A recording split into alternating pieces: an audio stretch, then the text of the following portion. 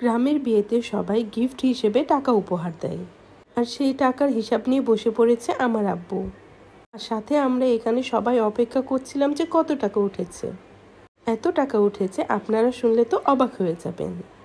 আসসালামু আলাইকুম এভরিওয়ান, আপনারা সবাই কেমন আছেন? আমিও অনেক ভালো আছি। আপনারা সবাই আমার কাছে জানতে চাচ্ছিলেন যে কার বিয়ে ছিল। বিয়েটা ছিল আমার ফুফাতো ভাইয়ের মেয়ের।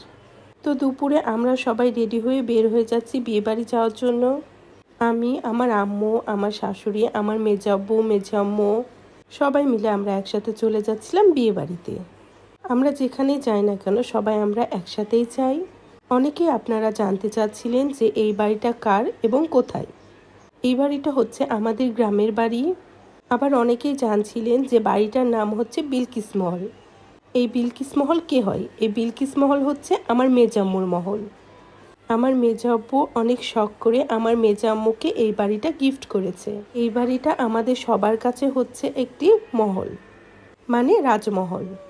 এই বাড়িতে ঢোকার সাথে সাথে মনের ভিতরে কিন্তু একটা অন্যরকম শান্তি কাজ করে, কারণ এই বাড়িটায় আমরা সবাই মিলে একসাথে থাকি। অনেক বছর আগের ইতিহাসের মতো, একান্নবর্তী পরিবারের মতো সব সুখ যেন আমাদের এই মহলে। এই তো আমরা সবাই একসাথে হয়ে গেছি, এখন বিয়ে বাড়ি যাওয়ার জন্য রওনা দিচ্ছি। আর অনেকেই কিন্তু অনেক আগেই চলে গেছে, কিন্তু আমাদের যাইতে একটু লেট হয়ে গেল। বারবার আমার আব্বু ফোন দিয়ে ডাকছিল যে এত দেরি হচ্ছে কেন তোমাদের আসতে।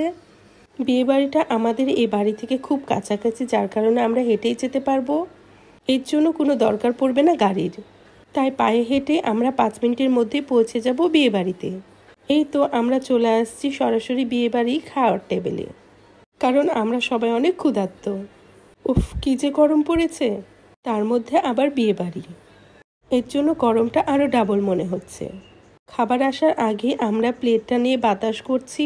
আমার মেজাম্মু দেবরগুলো, মানে আমার চাচা আমার মেজাম্মুকে প্লেটটা নিয়ে বাতাস করছে। বাহ, কি মধুর সম্পর্ক দেবর আর ভাবির। আমার চাচারা আর মেজাম্মু এখানে অনেক মজা করছিল, আর আমরা সবাই বসে বসে এটা দেখছিলাম। বলতে না বলতে এখানে আমাদের জন্য ভাত চলে আসছে। অনেকেই হয়তো বা এখন ভাবতে পারেন যে সাদা ভাত কেন। আমাদের গ্রাম বাংলার ঐতিহ্যই হচ্ছে সাদা ভাত, কারণ গ্রামের মানুষগুলো অনেক সহজ সরল। তারা বেশিরভাগ মানুষই হচ্ছে পোলাও খাইতে পছন্দ করে না, তাই সবার কথা মাথায় রেখেই কিন্তু এখানে সাদা ভাত করা হয়। কিন্তু আমার তো পোলাও অনেক পছন্দ, কিন্তু কি আর করা, যেহেতু গ্রামের বিয়ে তাই এখানে সাদা ভাতটাই খাইতে হবে আমাদের সবাইকে। তো এখানে একে একে আমাদের সবার প্লেটে ভাত দিচ্ছে। গ্রামের বিয়ে বাড়িতে সাদা ভাতের সাথে যে গরুর মাংসটা দিবে, এটা যে কি স্বাদ এটা আমি আপনাদেরকে বলে বোঝাইতে পারবো না। একেবারেই বিয়ের গরুর মাংসটা কালাভুনা করে ফেলে। আমাদের গ্রামের বিয়ে বাড়ির মাংসের মতো স্বাদ অন্য কোথাও আর পাওয়া যাবে না। সত্যি এটা অসাধারণ। যারা যারা খাইতে চান তারা কিন্তু অবশ্যই চলে আসবেন আমাদের গ্রামের বিয়ে বাড়িতে। অনেক বিয়ে বাড়িতেই আমি দেখেছি গরুর মাংস দেওয়ার সময় কিপটা পোনা করে, কিন্তু না, আমাদের গ্রামের বিয়ে বাড়িতে আনলিমিটেড গরুর মাংস থাকে। যার যতটা লাগবে সে ততটাই খেতে পারবে। আমি দেখেওছি অনেকেই কিন্তু ভাতের তুলনায় গরুর মাংসটা অনেক বেশি খায়।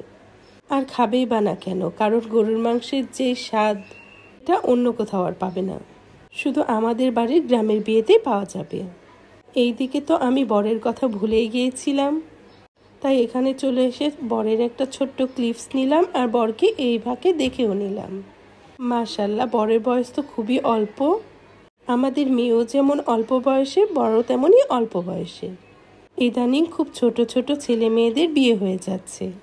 আমার তো বিয়ে বাড়িতে থাকতে অনেক গরম লাগছে, তাই আমি এখানে আর কিছুক্ষণ থেকে চলে যাব। তো এখানে এসে সবার সাথে একটু দেখা সাক্ষাৎ করলাম। এই তো আমাকে এখানে দেখতে পেয়েছে আমার চাচাতো বোনের মেয়ে, সে চলে আসছে আমার সাথে দেখা করতে। অনেকদিন পর তার সাথে আমার দেখা হয়ে গেল। আমাদের গ্রামের বিয়ে কেমন লাগলো সবাই একটু কমেন্ট করে জানাবে।